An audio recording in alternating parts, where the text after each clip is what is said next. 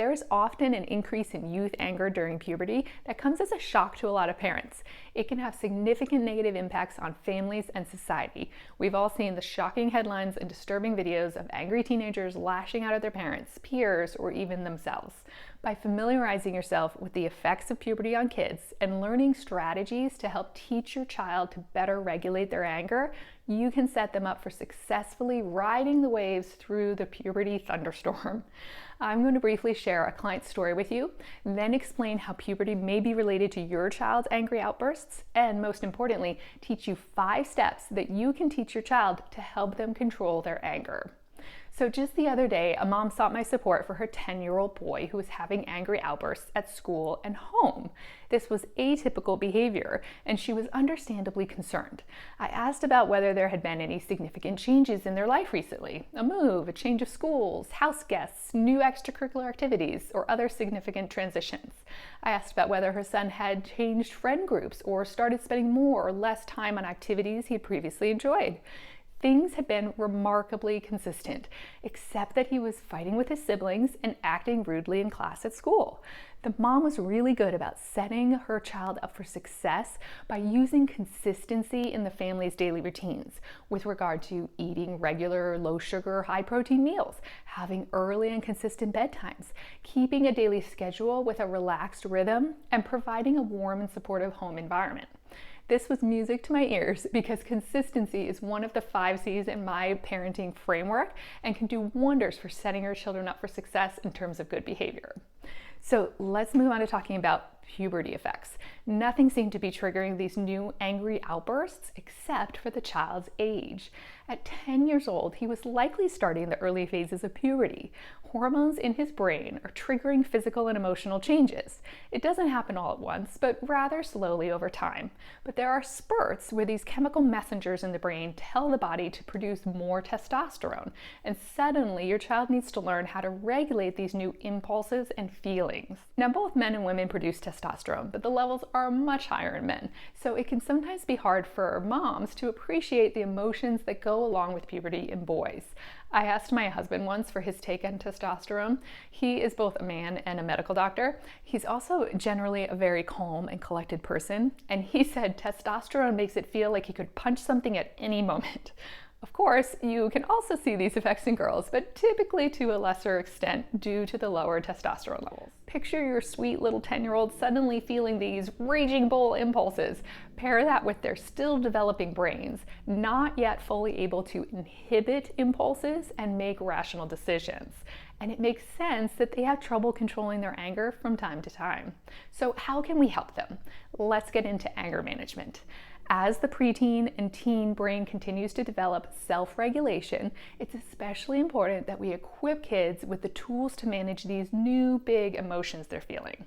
Here's my 5-step process to teach your kids. Number 1, identify the problem. In a gentle way, help your child recognize that angry outbursts have been an issue lately. Perhaps you say, "Have you noticed you seem a bit more edgy lately?" Or "Sometimes you lose your cool?" Or, "Hey, it seems like you've been feeling some really big emotions lately and losing your temper more than usual." Chances are they'll be on the same page, though it may take them a moment of reflection or a day to come around. You might mention a recent incident like, "Remember at baseball pickup the other day when," and go on with that story. Number 2, normalize angry outbursts at their age and educate them on puberty and the effects of testosterone on emotional stability. You might review reputable sites on the internet, or check out books from the local library, or talk with trusted adult men to learn from their experience growing up. The key in this step is to emphasize how normal it is to feel overwhelmed by strong emotions, how it might be surprising or even scary to be overtaken by angry impulses, and how your child will be able to learn to have more stable feelings over time. Number 3. Next, we'll cover the teaching strategies to help regulate their anger. Start by introducing the anger spiral. This anger management concept has a great visual, a tornado. Picture the funnel starting out very small at ground level. That's barely a change from the normal, steady state of your child's emotions. As it grows wider and wider towards the top of the funnel, your child's emotions are getting bigger and bigger, which means more and more out of control. It's dramatically easier to rein in anger when it's at the bottom of the funnel compared to at the top. That's when people start ranting and raving and can't even believe the words coming out of their mouths, or kids start kicking and screaming and throwing gigantic tantrums. Walk through that visual with your child to help them understand how important it is to catch your feelings early on and start working to stay calm before they get big and scary and out of control. Number 4, the way you catch those feelings before they grow is to do some serious reflection on past events that led to angry outbursts. So think through all the triggers: something someone said, a worry over an upcoming situation, hunger, fatigue, etc. These can be thoughts, feelings, or behaviors, or physiological sensations such as a racing heartbeat. So your child might notice, oh, my heartbeat was racing and then I just started losing it. For me, running late is an emotional trigger, and it corresponds with jitters and tenseness. When kids become mindful of factors contributing to the rise in their anger, they create an opportunity to intervene.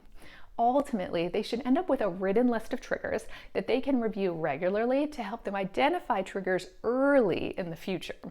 This step may take some time, and it's helpful to think of any angry outbursts during this period objectively as research that will help to inform step 5, which we'll get to in a second. But real quick, if you're getting value out of this video, be sure to like and subscribe for more strategies for parenting with intention and confidence using my 5 C's parenting framework. Now for number 5. Here, we're focused on coping skills and interventions that will help your child to weather the emotional storm. When they encounter a trigger and they feel the funnel starting to grow, they use these techniques to help their emotions keep from getting out of control.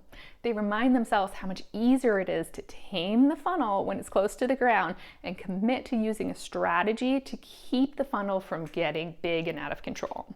It can be helpful to label different levels of anger that correspond with different parts of the funnel, even just as low, medium, and high, to help them choose which coping strategy to use. I'll share with you 3 types of coping strategies that come in handy for preteens and teens. The first is cognitive coping strategies. Think to yourself, stop the anger spiral, or I'll get in trouble if I don't keep this under control, or I need to calm down so I don't hurt someone physically or emotionally.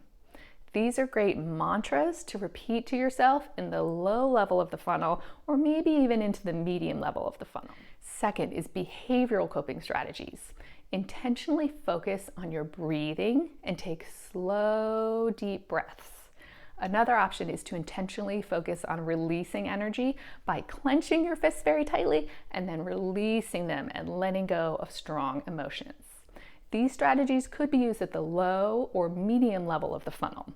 At the high level of the funnel, your best behavioral strategy is exiting the situation, removing yourself from whatever is triggering anger, if at all possible. And third, social coping strategies. Confide in a trusted friend, family member, teacher, whoever you trust, and let them know that you're actively working on controlling your anger. Ask them if they can be a rock for you if you feel angry in their company. Make the choice to walk to them, look them in the eye, perhaps hold their hand or let them put their hand on your shoulder, and ask them to just be there for you for support. The key to step 5 is remembering that change is hard and takes time. Anytime your child's anger reaches the middle or high level of the tornado funnel, it should not be viewed as a failure, but rather as practice. With practice comes progress. Now that we're making progress on the angry outburst issue, another common question I get about teens is how I get them to open up about relationships and talk to me. I've got you covered with the video on screen. Keep up the good work on your amazing parenting journey.